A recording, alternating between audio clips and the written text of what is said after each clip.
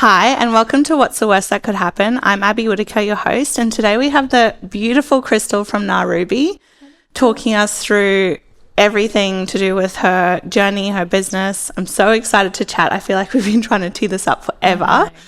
I would love for you to introduce yourself and introduce your business. Amazing. I am Crystal. I am the owner of Narubi Wellness. We are located in Coolum Beach here on the Sunshine Coast, and we specialize predominantly in closed colonics, which is colon hydrotherapy. And we also offer other wellness and beauty services that are very nurturing for the soul, and everything that we do is completely non-invasive, pain-free, and just beautiful treatments that we're trying to change the stigma around being a bit ill to beautiful. Yeah, love it. I have had many treatments with Crystal and with some of her beautiful staff in the other areas as well, and couldn't speak highly enough. Just wish that she lived a little bit closer to me. But always worth the drive. Awesome. Well, I would love to just dive right in and hear about when you started Narubi, how it started. Like, tell us a little bit about your journey. Yeah. So originally I actually had a brand called Body Shapist. I started in Melbourne, and this is going back almost 8 years ago now. And it was literally a body contouring business. So at the time, there was a huge, I suppose, demand, but very little supply for body contouring services, which is like ultrasonic wave therapy that helps break down fat and non-invasive skin tightening treatments. And I saw the little window in the market, and I literally bit the bullet, invested in a very expensive piece of equipment, and I started out of the third bedroom of my apartment in Melbourne. Yeah, it was a crazy journey for me. It didn't come probably as beautifully and organically as most would start their own business, because I'd never run a business before. I'd never owned a business before. I came from the fitness industry, and I had a little girl who was under one, and there were big circumstances in my life at the time that ultimately had us financially very unstable, and we were kind of left to fend for ourselves.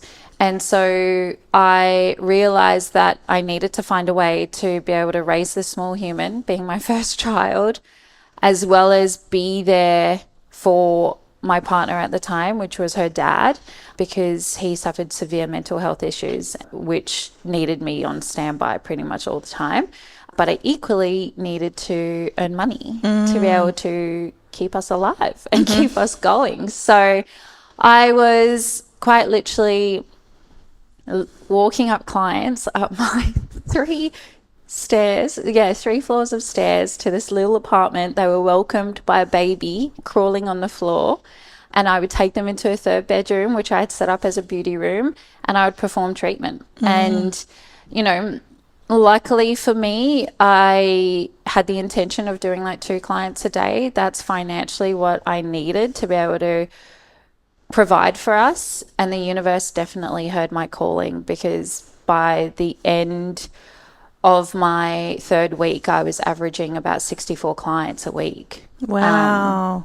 Oh my gosh, just got goosebumps. Yeah, it's wild. It was huge, but you know, it definitely, it was bloody hard. Like that meant I was working some days like 12-hour shifts, and I was trying to juggle this baby whilst doing these clients, whilst going to psych units. Like, it was a lot. But yeah, the universe kept hearing, and I kept working, and I kept striving forward. And before I knew it, within the first 3 months, I was getting my first commercial space, and I hired staff, and I bought another piece of equipment.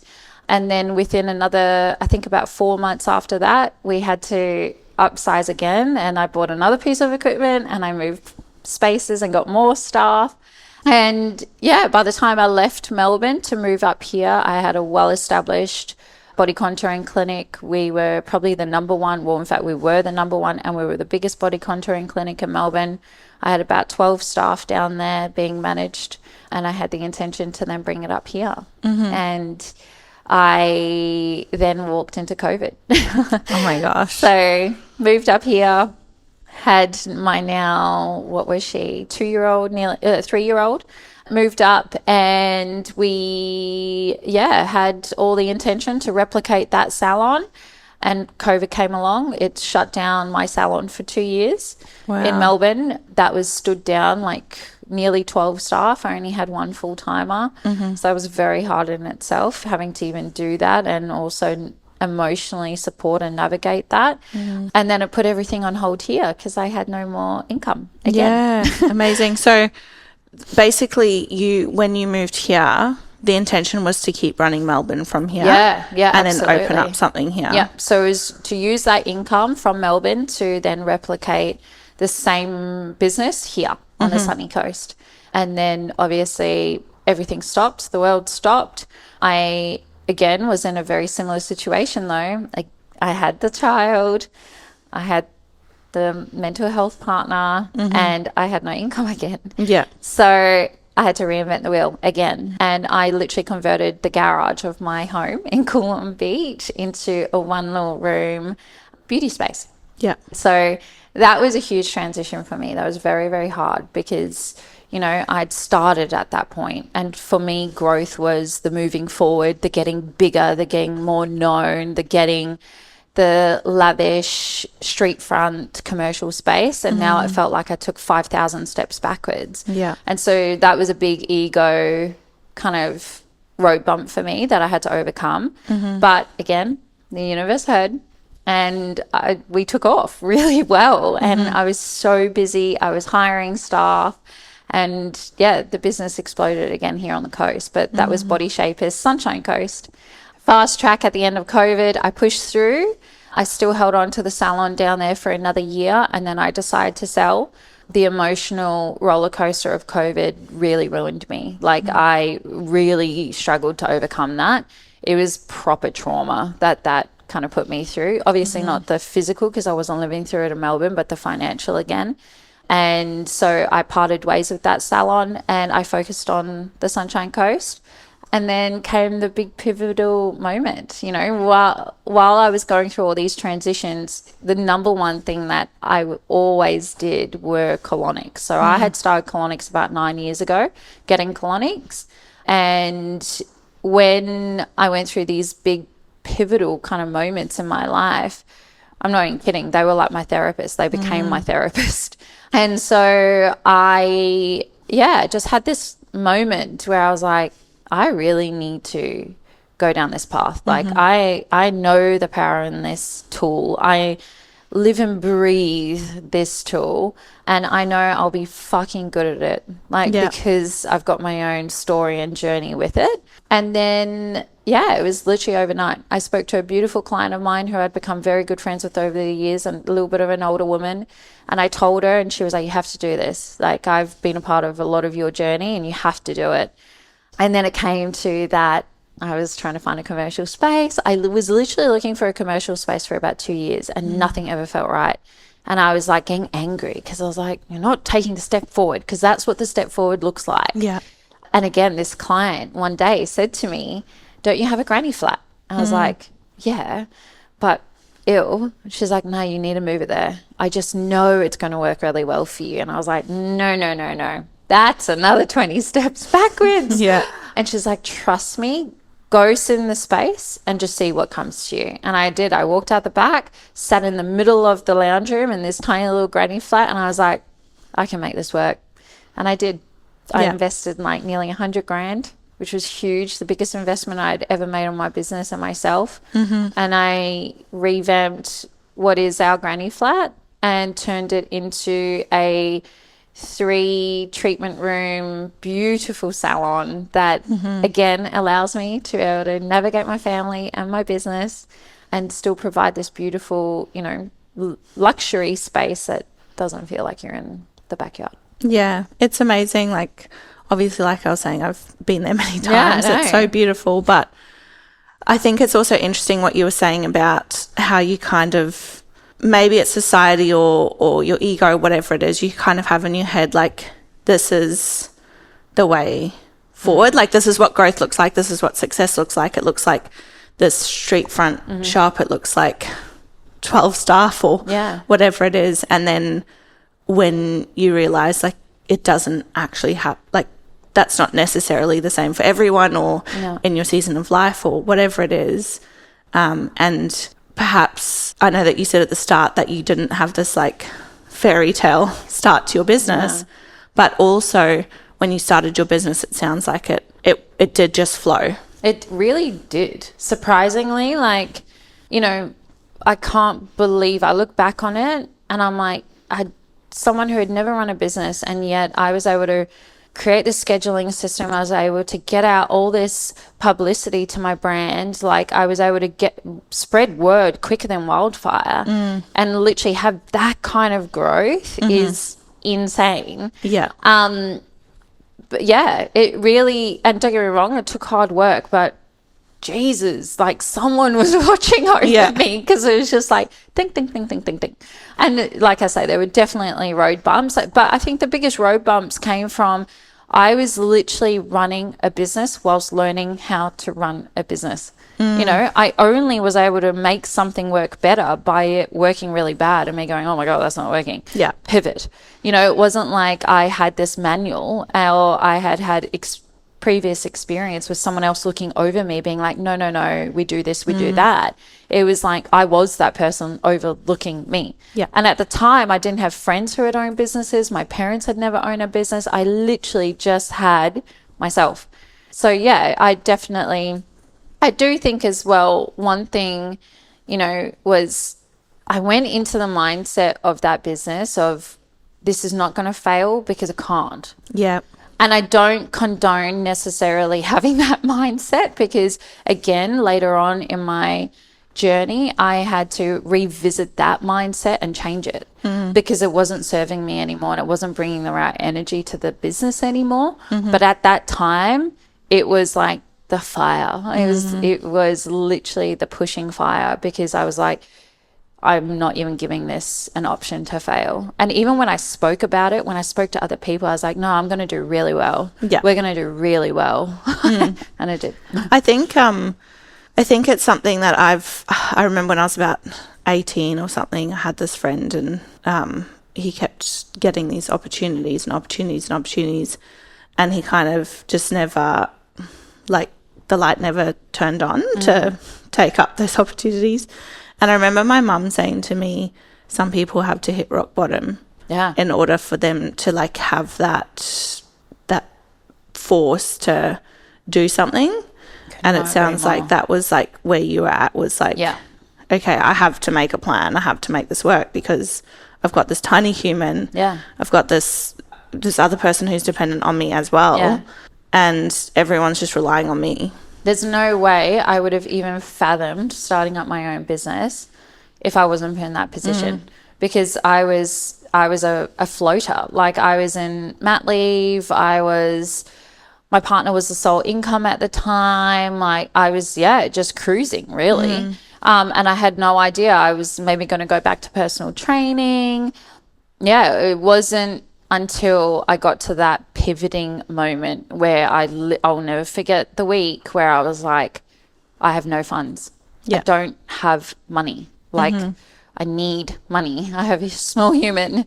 I have a mortgage that is ticking over behind closed doors and we don't have that income. And that was definitely that whole kick up my own butt of like, we're going to make this work, no matter what. It was just strange. Like, I always look back on it and it never even crossed my mind to just go get a job. Which is so weird. Like, like I say, I was never ingrained in me to ever, I'd never fathomed, I never wanted to own my own business. But for some reason, I think it was more that the sad part is I think in my mind, I wanted the flexibility to be able to raise my daughter at the same time. And this is definitely the biggest thing I look back on and almost regret was that it didn't give me that.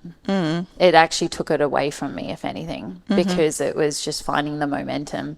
And because, like I say, that energy of like survival and the energy of fight or flight, instead of recognizing like, okay, we've got the momentum, we can just slow it down a bit. I was like, it might run out tomorrow. Because you'd been in that real low thing. You were like, I don't want to go back there. I don't want to go back there. And then you had to go back there. Yeah. Yeah. And I didn't know how to read, I suppose, my own cues, like, and my own, like, I guess my guardian angel cues of like, we've given this to you now, learn how to use it to your advantage, but remember why you started this. And that was to have balance between raising your child and that. Whereas my whole mechanism was so severely in trauma, fight or flight, that I was like, I kept having this, but I might lose it all tomorrow. The momentum might be lost tomorrow, or the clients might cancel tomorrow. So I was just like, run. I was like, yeah, the tiger looking for prey all the time. Yeah. And don't get me wrong, it fed what I needed at the time, but I had to really reinvent that energy that I then later on put towards the salon, because I was very quickly learning, hold on, this doesn't work anymore. Yeah.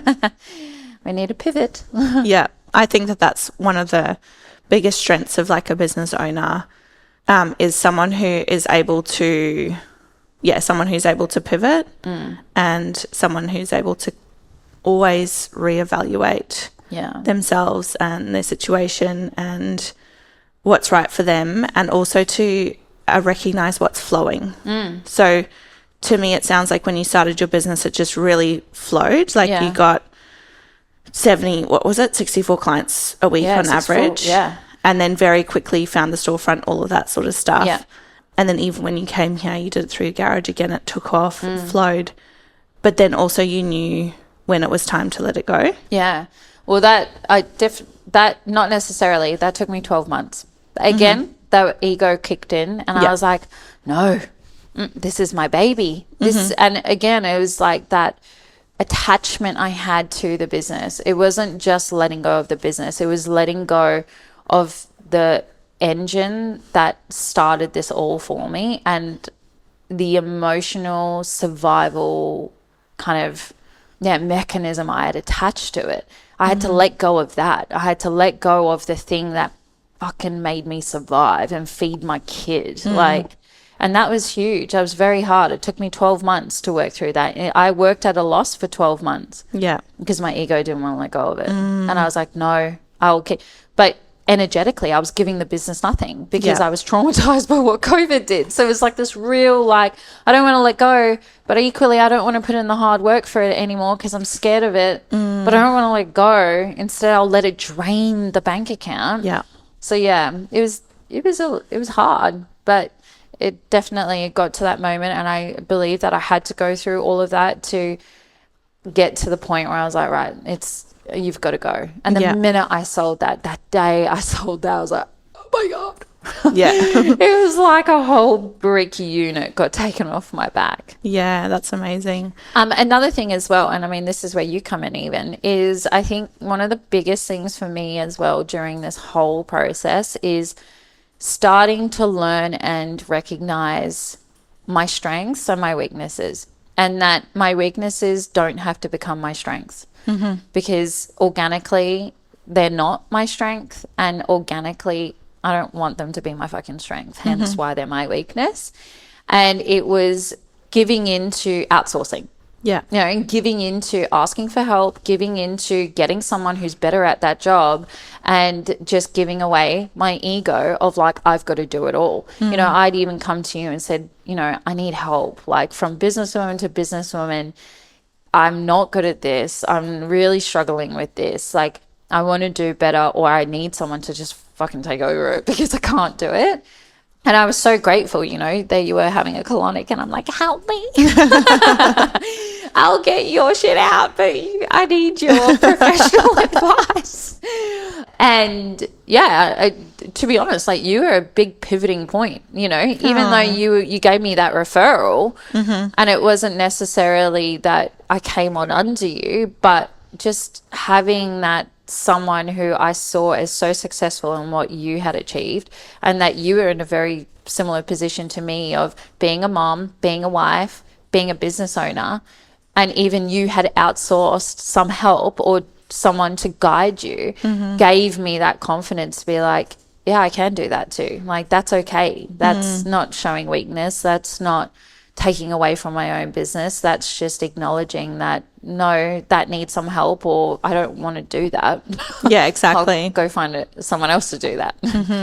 So yeah, I think I even spoke about this on one of my other podcasts recently, but just I always talk about outsourcing because I think like there's a certain energy with outsourcing. So I think sometimes I see business owners or people outsourcing things because they think that it's like a really quick fix, like a magic pill to, you know, even say in the weight loss industry, for example, it's like, you know, these fad diets and things like that. It's like, or they hire a PT and they think, oh, because I've hired a PT, I'm going to just like lose weight. Miraculously lose it. And there's still work in it. And I think that that's the same as outsourcing. It's like you can outsource, say, a mentor or PA, VA, whatever, but you also still, like, there's still work in it. And I think that you've done that really well in the way that you've hired to the things that are not your strengths. Yeah. So that you can shine brighter in the things that are your strengths. Yeah. But then you still are willing to, like, pull your sleeves up and do the work. Yeah, definitely. And I mean, I feel like I'm still learning, you know. I think you and I literally had this conversation where I was like, I went and outsourced help, but I actually didn't know how to use the help. And so I had to train myself on how to even make the use of the person I was trying to get to help me. Yeah. You can't just go to someone as your own business and the representation of your business and knowing your goal and direction of the business, but then go, hey, can you just get there? Yeah.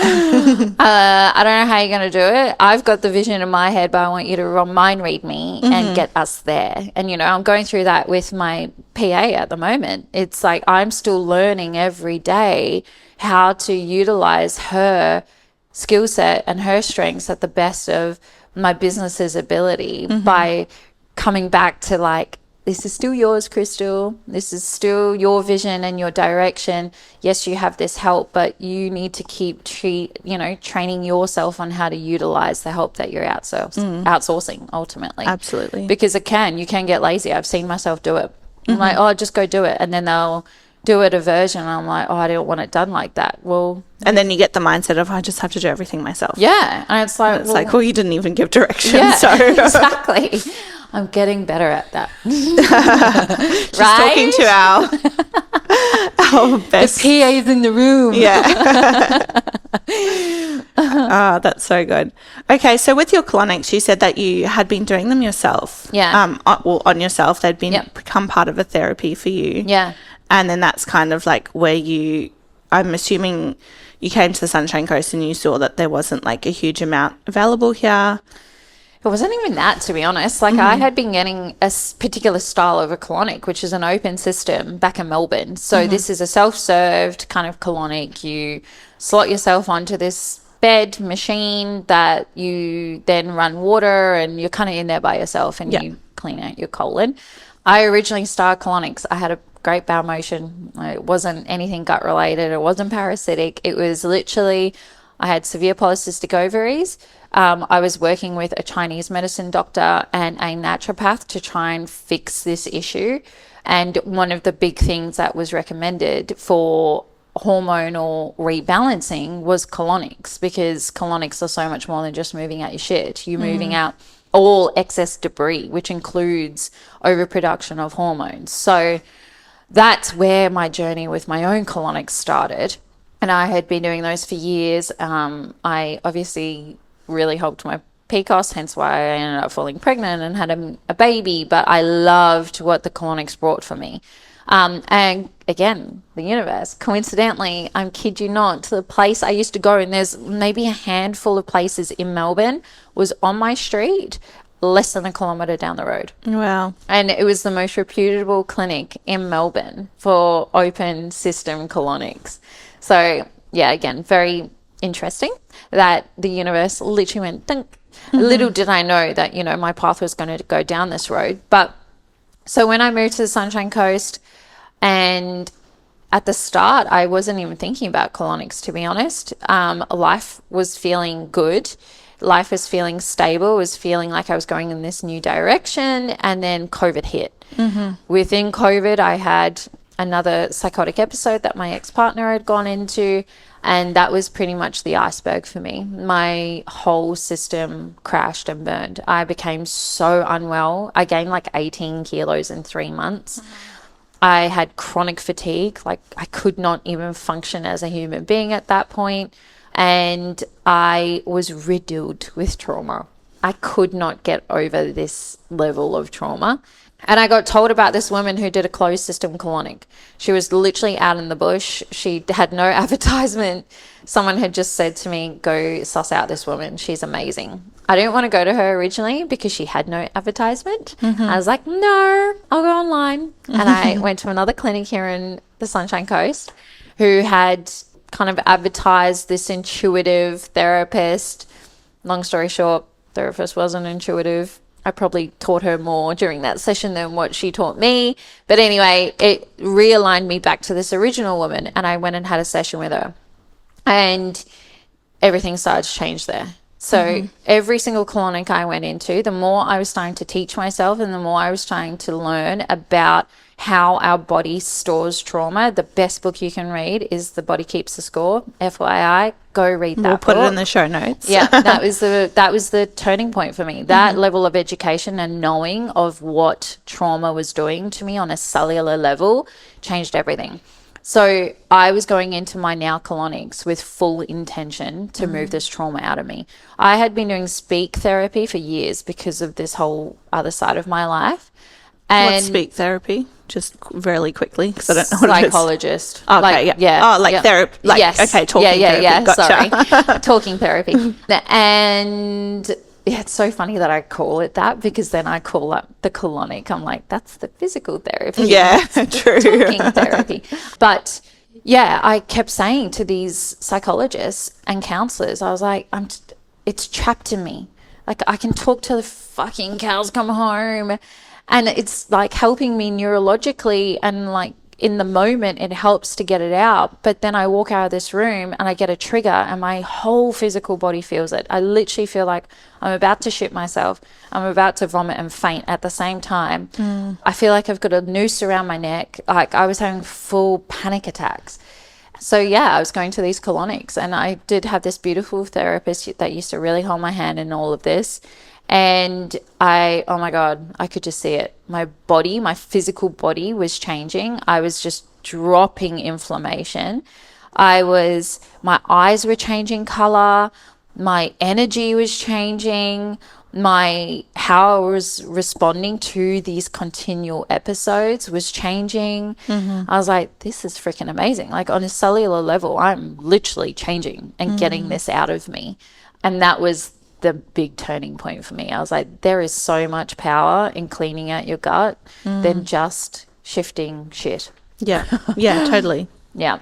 And Amazing. so, yeah, that's how I just fell in love with the true essence of what I believe colonics have to offer in healing in that physical, emotional, mental, energetic way. Yeah, wow, that's such an incredible story. And I really love businesses that have come from like such a personal place, or like a personal like need for something. 100%. I think that they always just seem to be. They have a different best energy. business. You know, and that's why I've definitely had moments where I'm like, wow, I'm so burnt out. Like, I've definitely had those moments.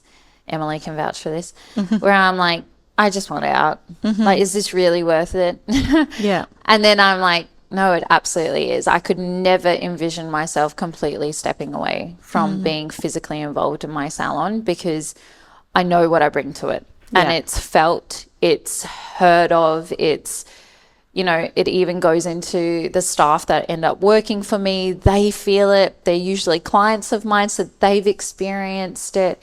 And I think that is the biggest difference between having something that was born from such a personable, like, fundamental space of this is truly what I love and breathe and preach and live by, than just me buying into another, you know, whatever business as a hobby. Yeah, totally. And I really proudly can say that I feel like that is well and truly known with my business. Yeah, definitely. I definitely agree with that. So at the moment you've got three treatment rooms? Yeah, so we've got 3 treatment rooms in our main building. We are now about to launch our own shop. So there will be an online shop and a physical shop in the space as well. And we also have a leased out 4th treatment area, and there's a new business coming in there shortly. We're not directly affiliated to it, but it is another treatment that is really going to even like add to the services that we already give. Amazing. So when you come to see you, you can get like multiple things. Yeah, absolutely. So everything kind of complements each other. Yeah. So we've got obviously the fat cavitation, which is ultrasonic, non-invasive fat melting. So it helps literally break down fat and helps your lymphatic system, because it's a natural booster to your lymph nodes as well, shift that fat and fluid out. And, you know, we never sell this as like, come and lose weight. Like I don't think I've ever even had that paragraph anywhere associated to my business.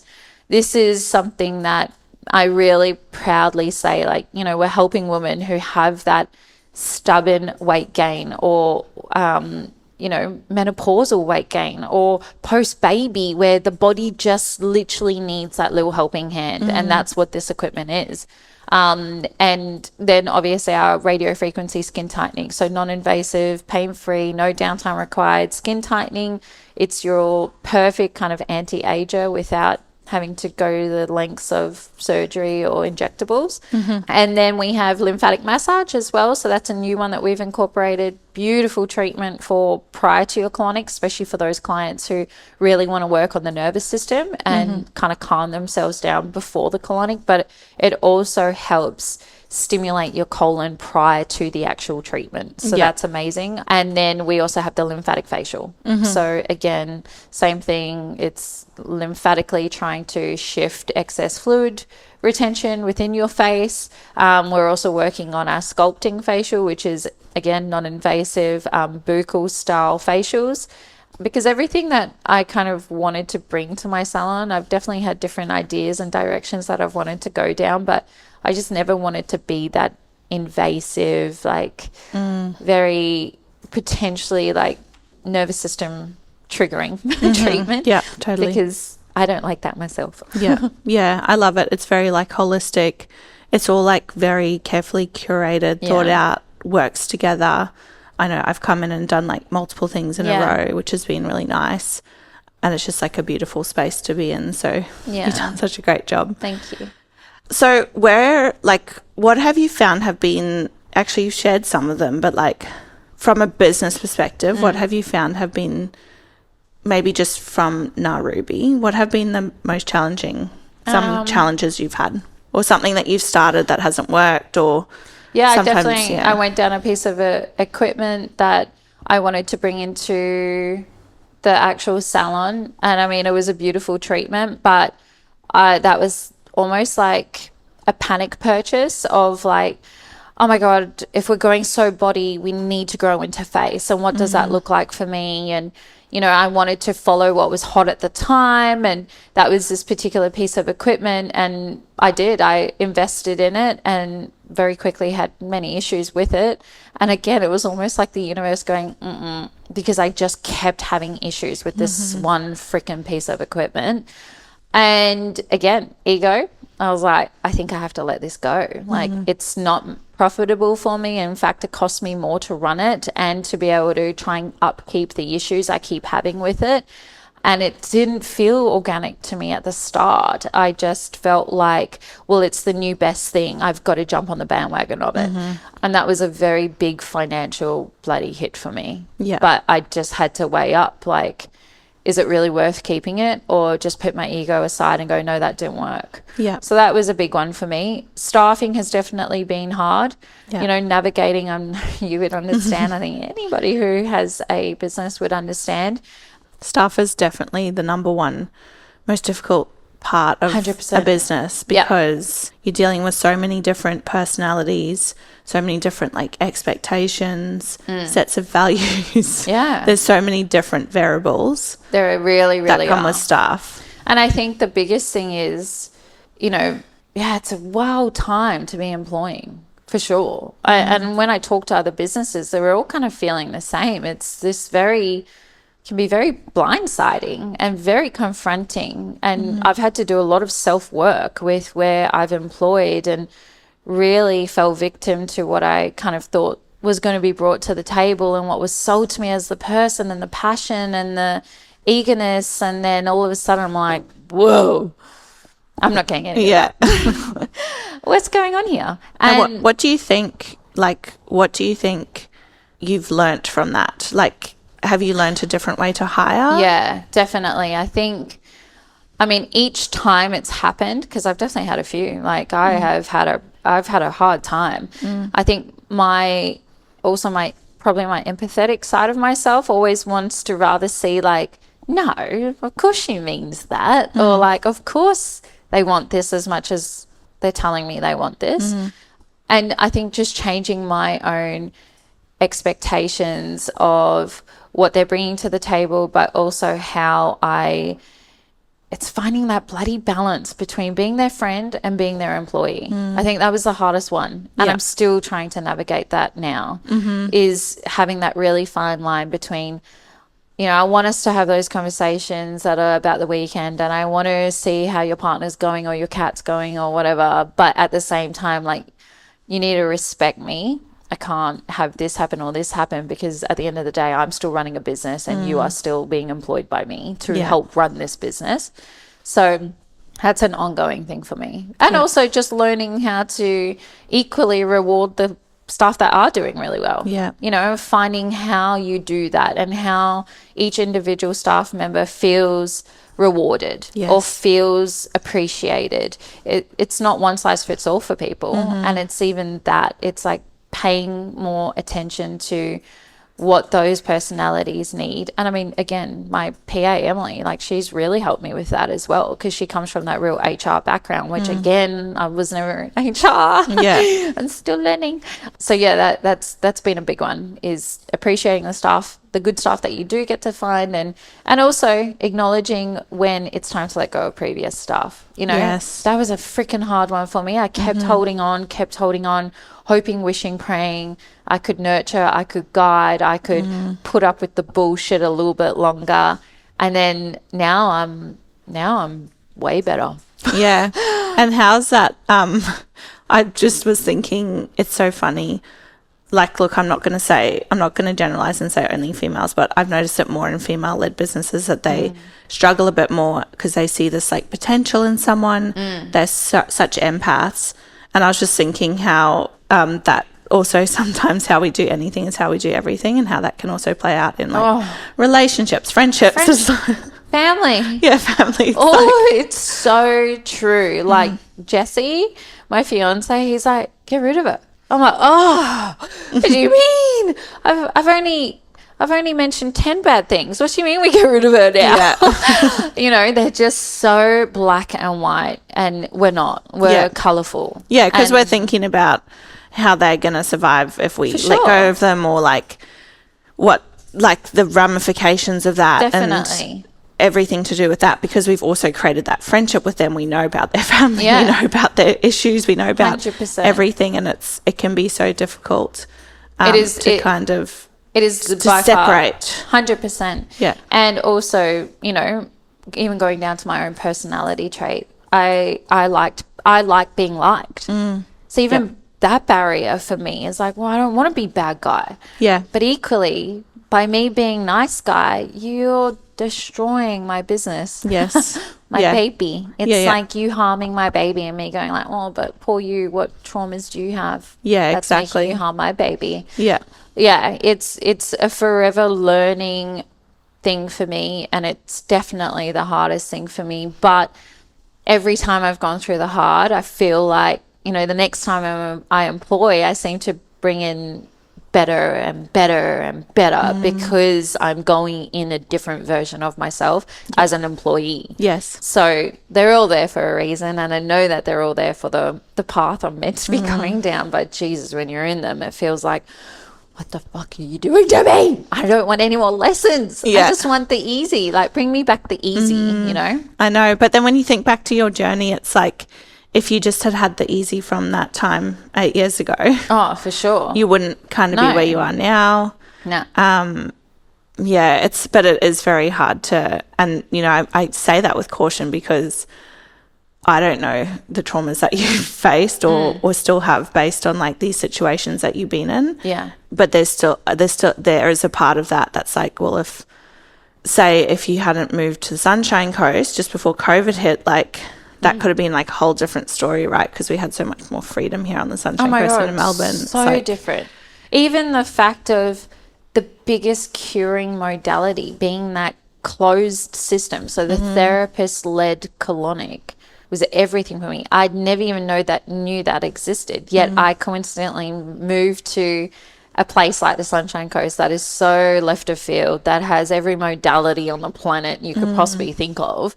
That's a bit cuckoo. Yeah. So even that for me, I'm like 100%. It was exactly how it was meant to happen. Is it easy to acknowledge that when you're in the depths of what feels like hell on earth? Absolutely not. And I hope, and I do believe, like it's like I'm getting to that knowing quicker in each hard. You know, it's not taking me coming out on the other end being like, oh my God, I survived 2 years of hell. It's like, I know I'm going to get through this.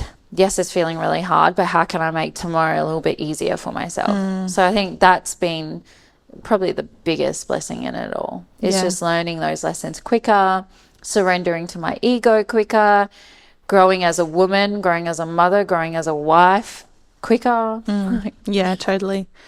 Talking of quicker, do you have some tips, maybe 3 tips that you would give someone who wanted to start their own business or kind of in a similar position to you, or maybe not? Just interested. I think business-wise, as a starting point, is really figure out your why in the business as well. I think that's really important because when you can establish your why, I think it's going to give you a better energetics that you attach to the business itself.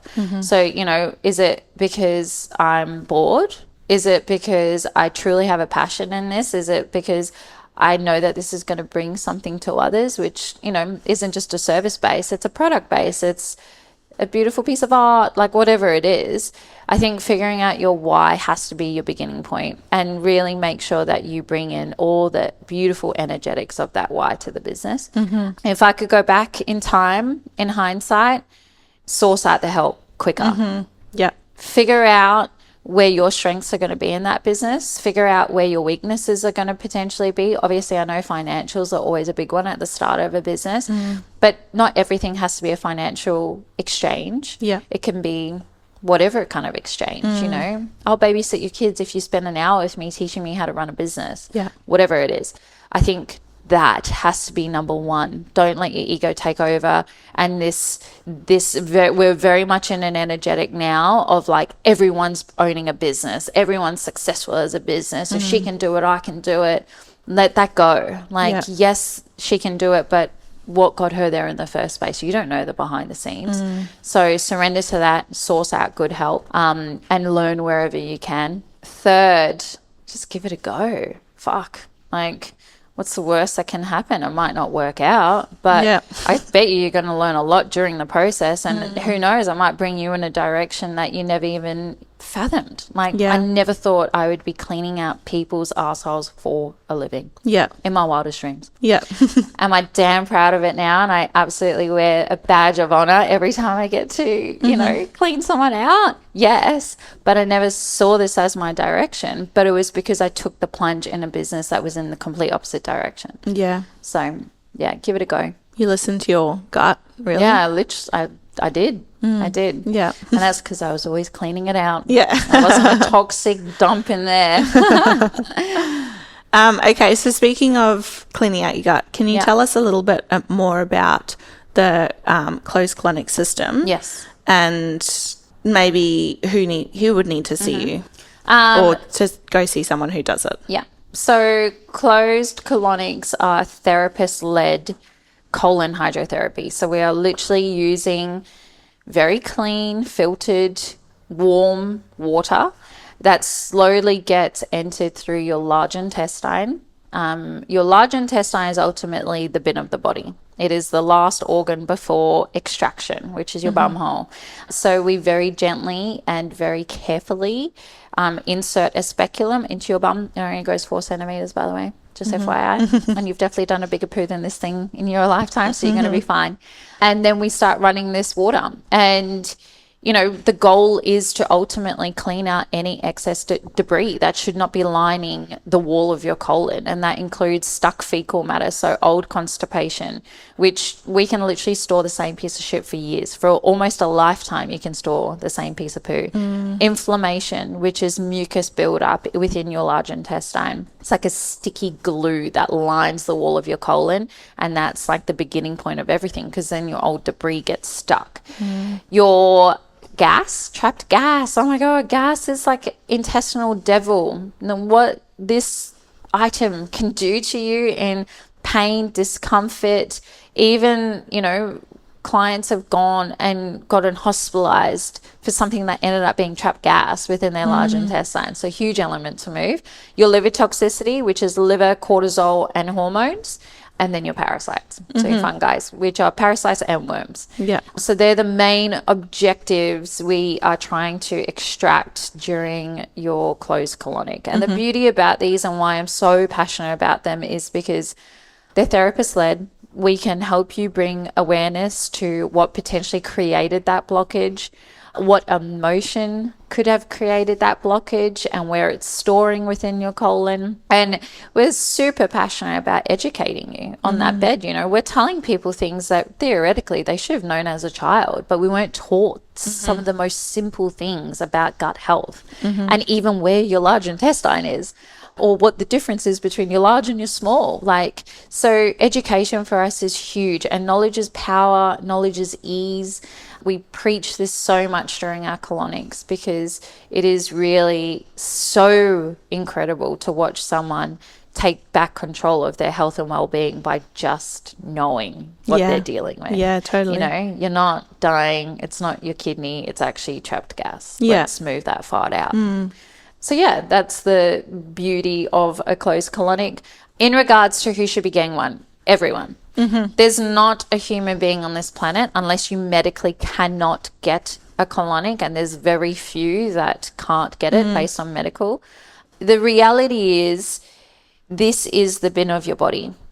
This is storing not only physical byproduct, it's storing emotional byproduct. It is storing everything you've ever felt, thought, eaten, breathed. Like, there is a lot going on in there. That mechanism is so powerful in your overall health and well-being, and you don't want that overfilling. You need that clean bin in the body, so every other organ in your digestive system knows that it has a safe space to send its junk to.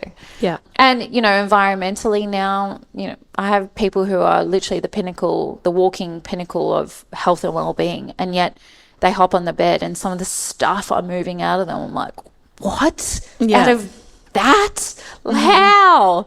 Environmentally, there are factors that are completely taking control of the quality of our intestinal health that is completely out of our control. Yeah, The even air- if you're the most healthiest person, it's like just living. The air we're breathing now is so intoxicated. The food, even the organic produce we are purchasing, is having that same shit land on this organic food, you know, and there's no denying our generation are living in pure cortisol driven ways of living now. So you're always going to be overproducing toxicity, you know, environmental toxicity, high levels of cortisol, which then then affects your hormone levels.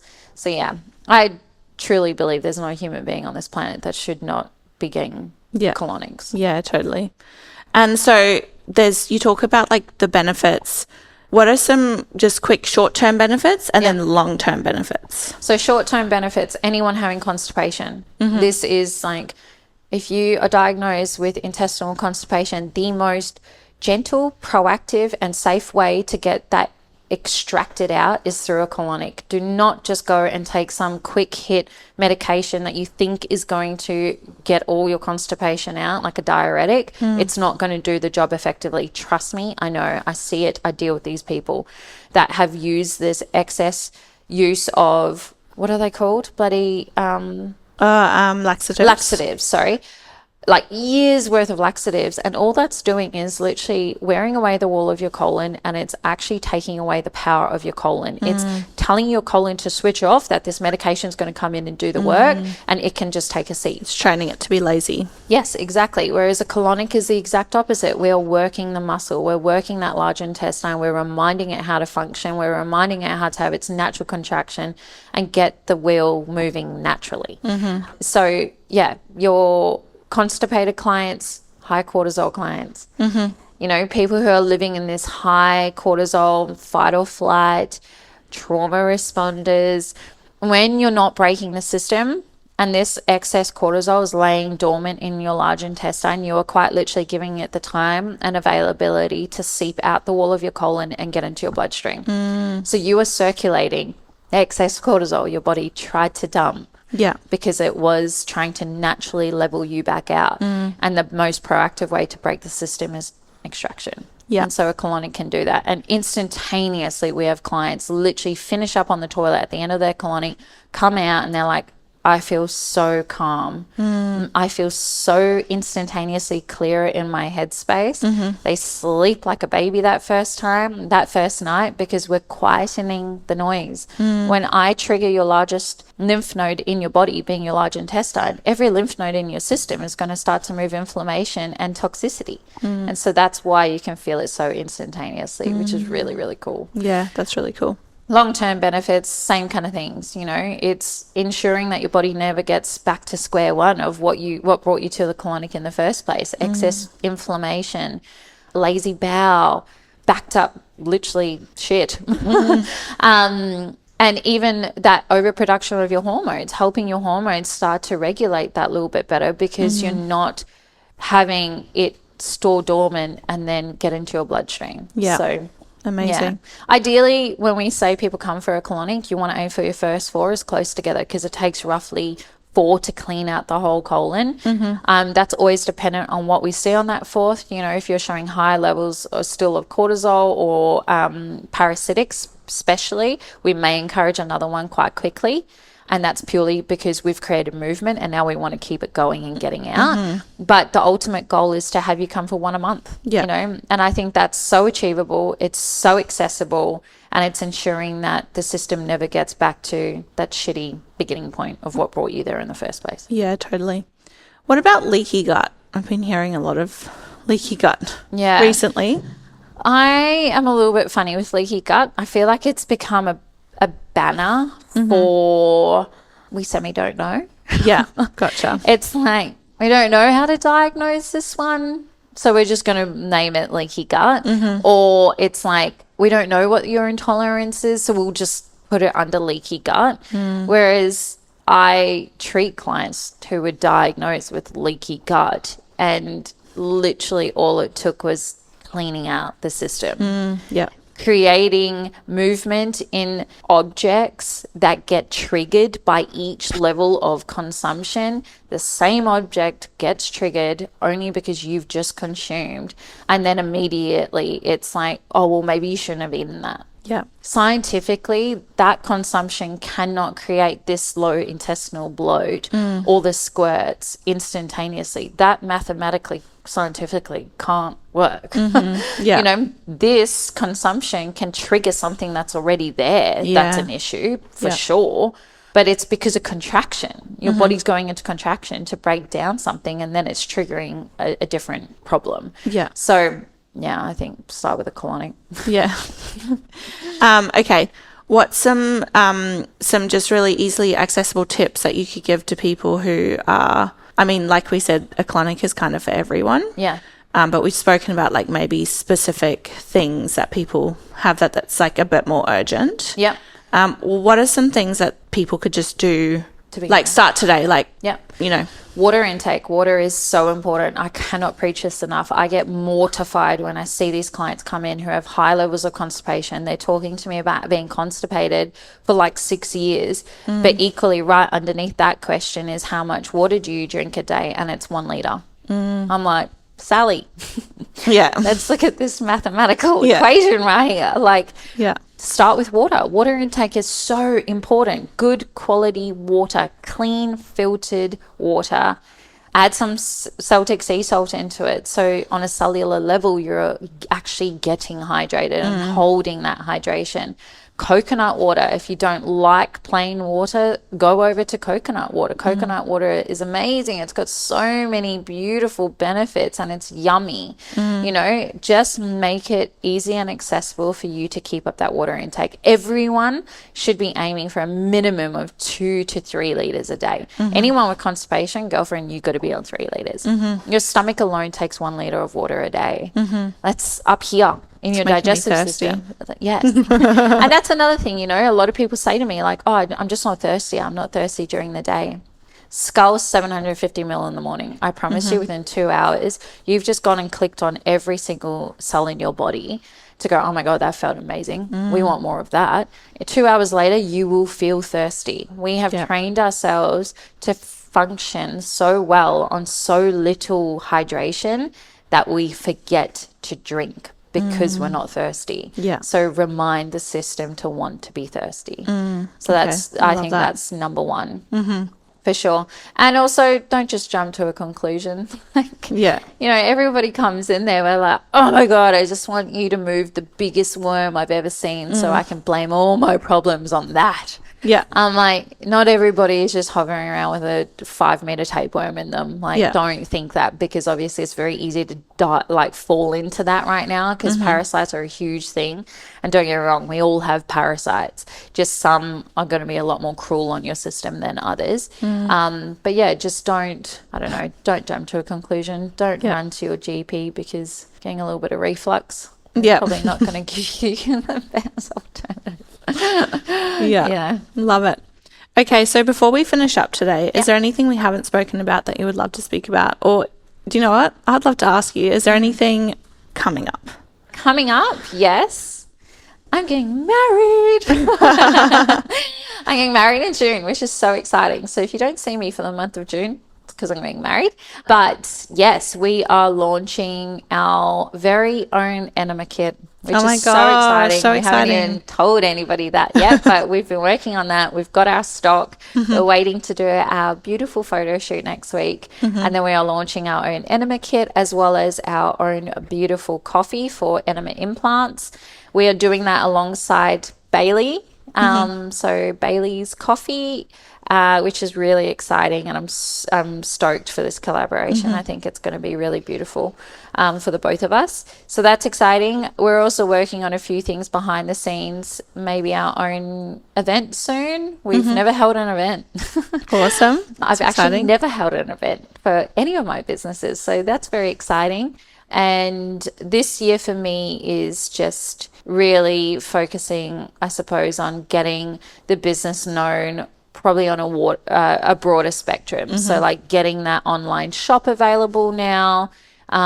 So not everybody lives where we live that has actually found us, which is so amazing, and we're so grateful for that. But we want to still be able to offer some form of service. So that's why we're growing our product line. That will be accessible, and obviously the enemas. And the enemas are beautiful because, you know, they're not just an enema kit like you can buy elsewhere. We have like strategically sourced these. We have also implemented beautiful videos that are going to explain certain things to you about how to set your intention for your enema, how to best set up your enema kit, and just again that world of knowledge, bring more and more knowledge to a broader spectrum of clients that can't just come to us in salon. Amazing. Oh my gosh, so exciting. So do we have a launch date for that? Emily, do we have a launch date for that? Probably. I'd say March, because it will be March, because we do our photo shoot next week. So it's just a matter of just bringing that all together.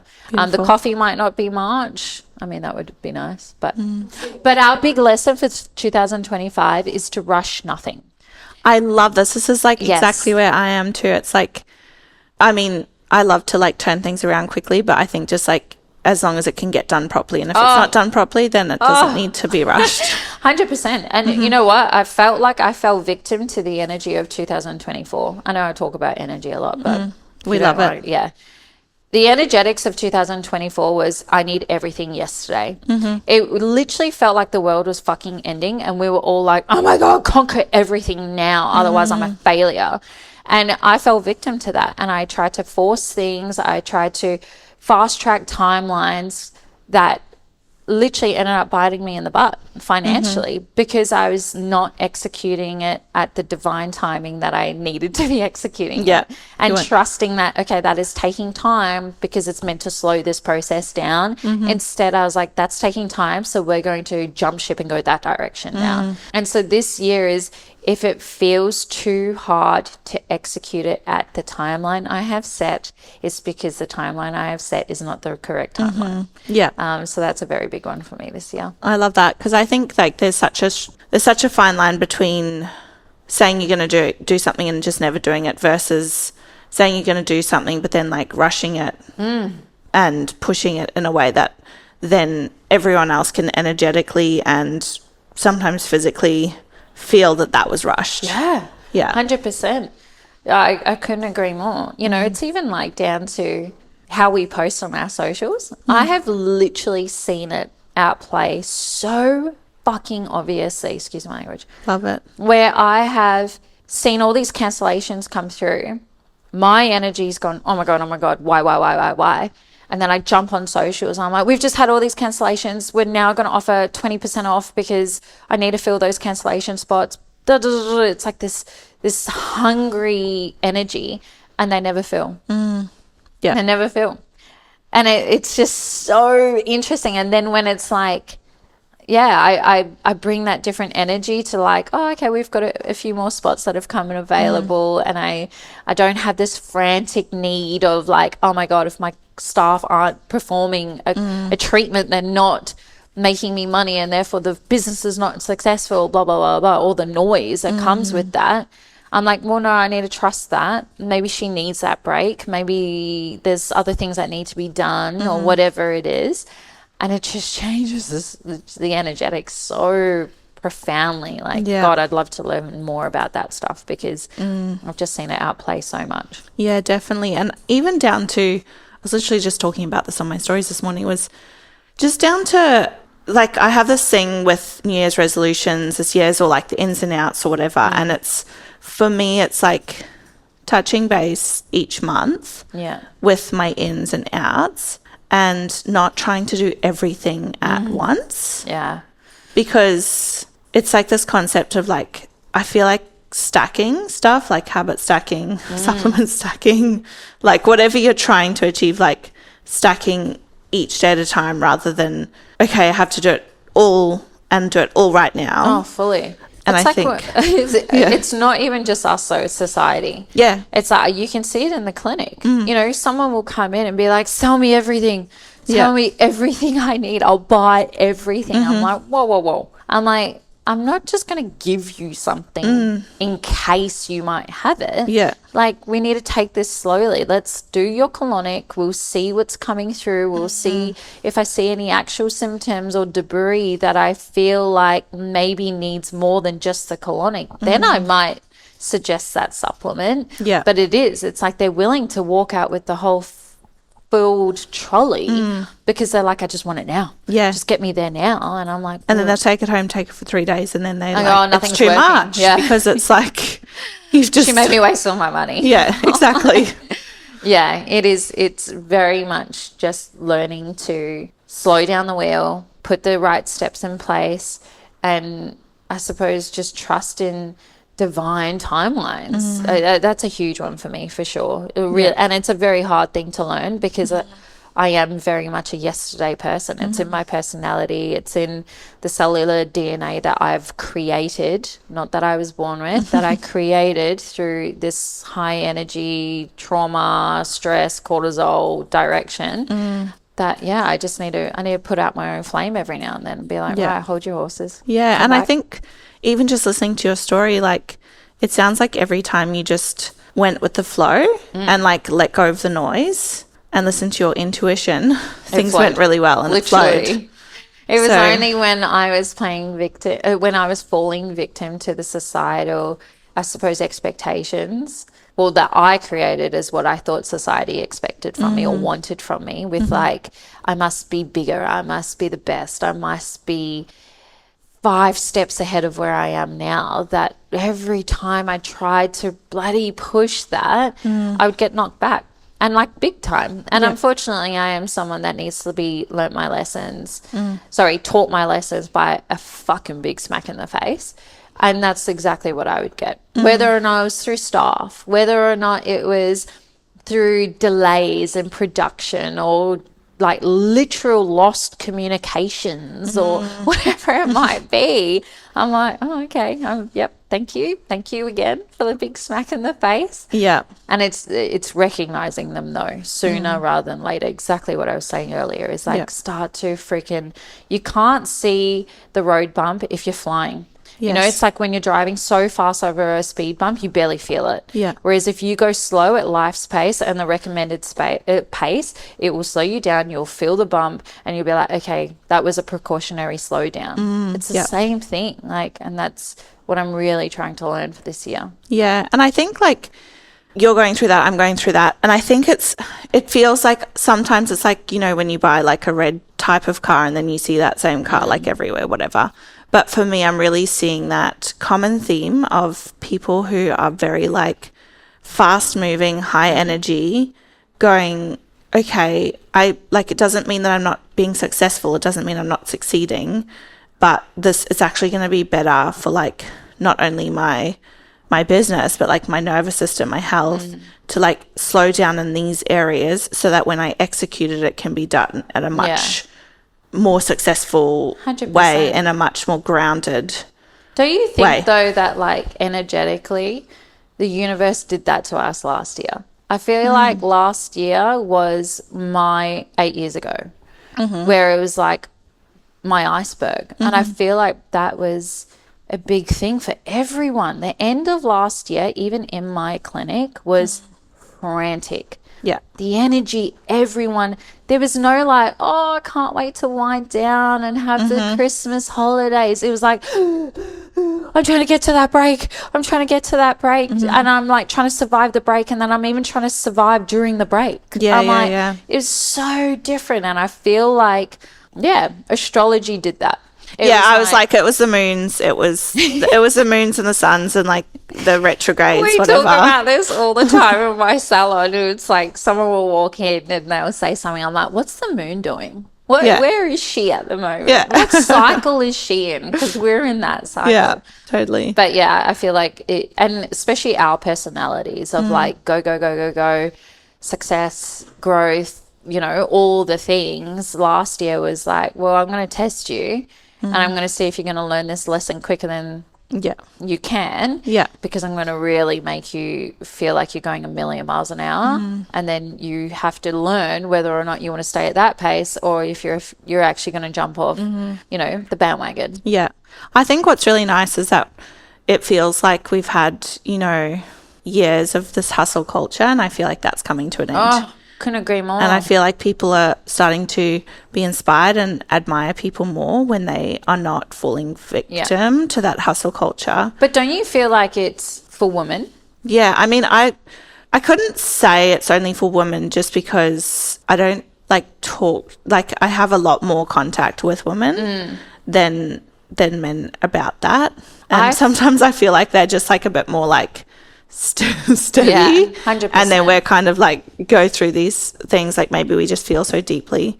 But I definitely feel like there's amongst my friends who are mainly females, like I do have male friends, of course, but amongst my friends who are mainly females and who I'm talking to this about and noticing this in, it's universal in my world. Yeah.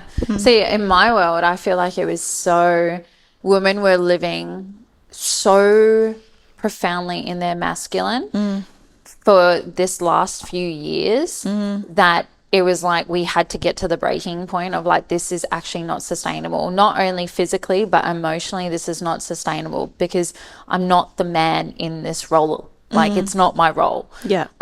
My role is to be the mother. My role is to be the nurturer and the carer. And yes, I can still bloody be successful and run the business and tick all those, but like that doesn't have to be my own new identity now. Yes. And I feel like it's this year, well, I know for me personally, this year is about coming back to, and it's taken me 8 years to get here.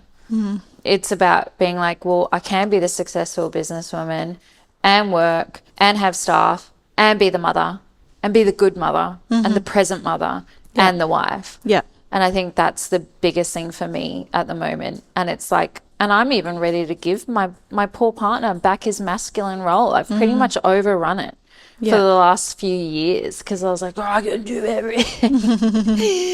I can't tick that box and I can tick that box and I can build that, even though I go, oh, but I'm going to try just because my ego says I can. Yeah. Yeah, the reason why I bring that up is there's just been so much of that conversation in my space. And even for men, like hearing how men come in and, you know, the dynamics in their households that I commonly hear of. And, you know, it's very interesting. I feel like it's a very important time in society of this new transition that we're going into about finding and going back to our roles, but in this new modern way of it, where the woman can still, you know, be the successor and be potentially even the breadwinner, but in that much more balanced way, that is the only thing I can now do. Yeah, totally. Yeah, I totally agree. Love it. Okay, so before finishing up, is there anything else you want to share? I'm good. Well, thank you so much for coming on the podcast today. Thanks so much for Such having good me. chats. I'm very glad we got to finally do it. Yay. And I can't wait for everything that's to come this year. I know, me too.